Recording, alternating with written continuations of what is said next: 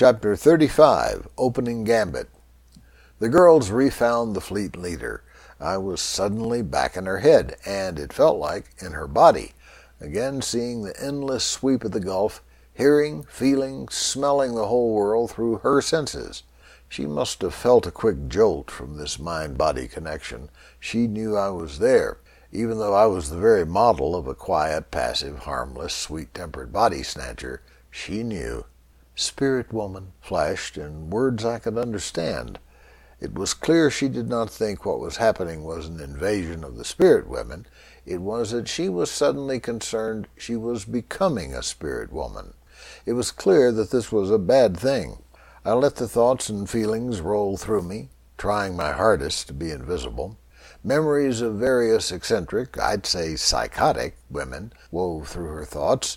Possessed they were, in her opinion, one that came from a TribeFolk cultural belief and verified by her witness and her powerful common sense. This common sense talent was as natural and inherent in the mind I was inhabiting as flight is to birds. That I knew this about her was just one of the small mental miracles popping up all around me. It's hard to describe how wide spectrum this thing the lions were doing with their grid and their telepathic superness was.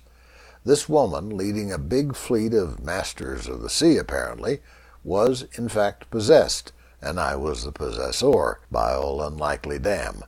Time to get to work. Most of the planning for this moment was happening down in my subconscious, I guess, the same place most of my planning always happened in real life, at least in the real life back in the future. It pretty much always worked, at least so far. I called up the visual of the natural harbor the lioness Southey had shown me. Distantly, I could feel Southey herself reinforcing my memory.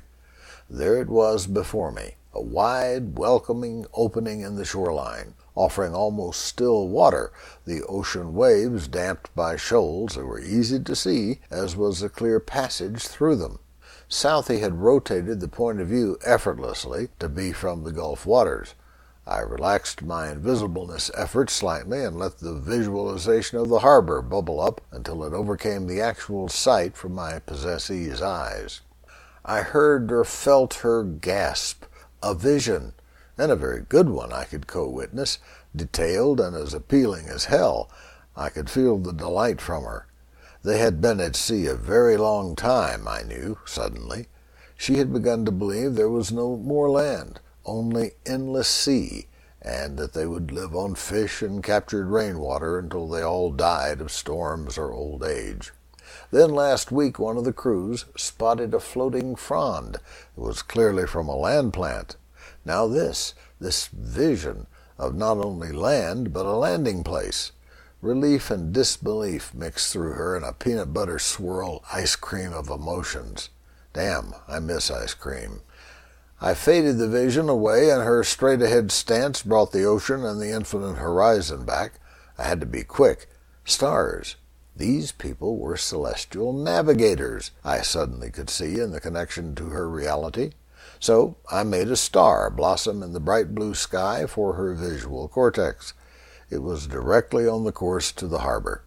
Drawing on the memory of Christmas cards, I gave the star spicules, one big one that went clear down to the horizon, and a reflective path across the water.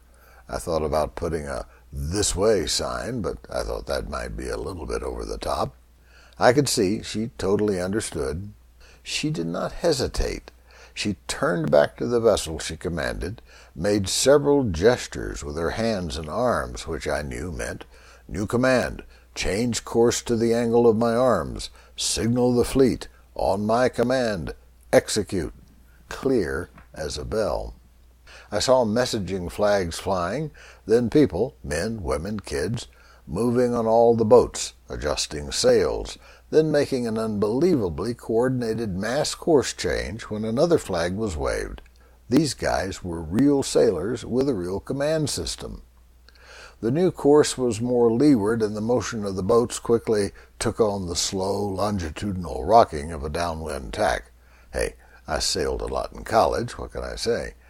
The fleet was exactly on course to the harbor. We were 10 hours before land came into view, 12 hours from the harbor itself. Shaking my head, blinking, and doing all the other tricks I'd used to break out of the telepathic connection last time didn't work. Suppressing panic, I took a deep breath and visualized MIZ. "Get me out," I whimpered. Done. I was out of that woman's mind and back in my very own self almost instantly. Huge relief.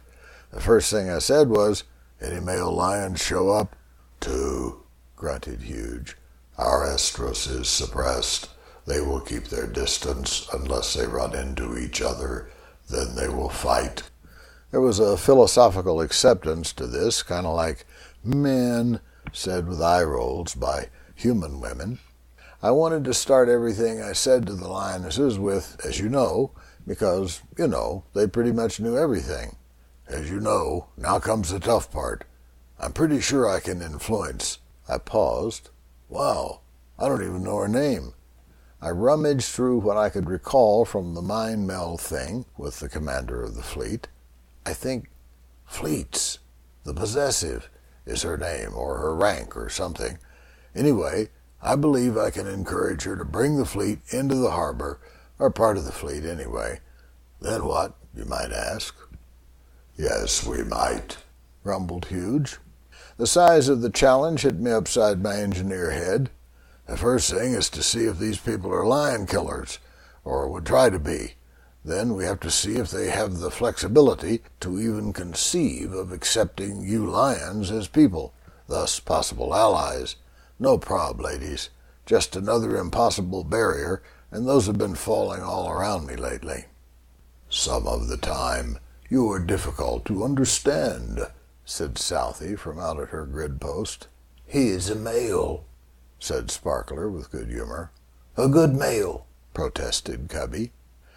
"Beam me back up, Scotty," I said, full of confidence that the lionesses would understand, even a vague, outdated, predated sci-fi cliché, and I was right.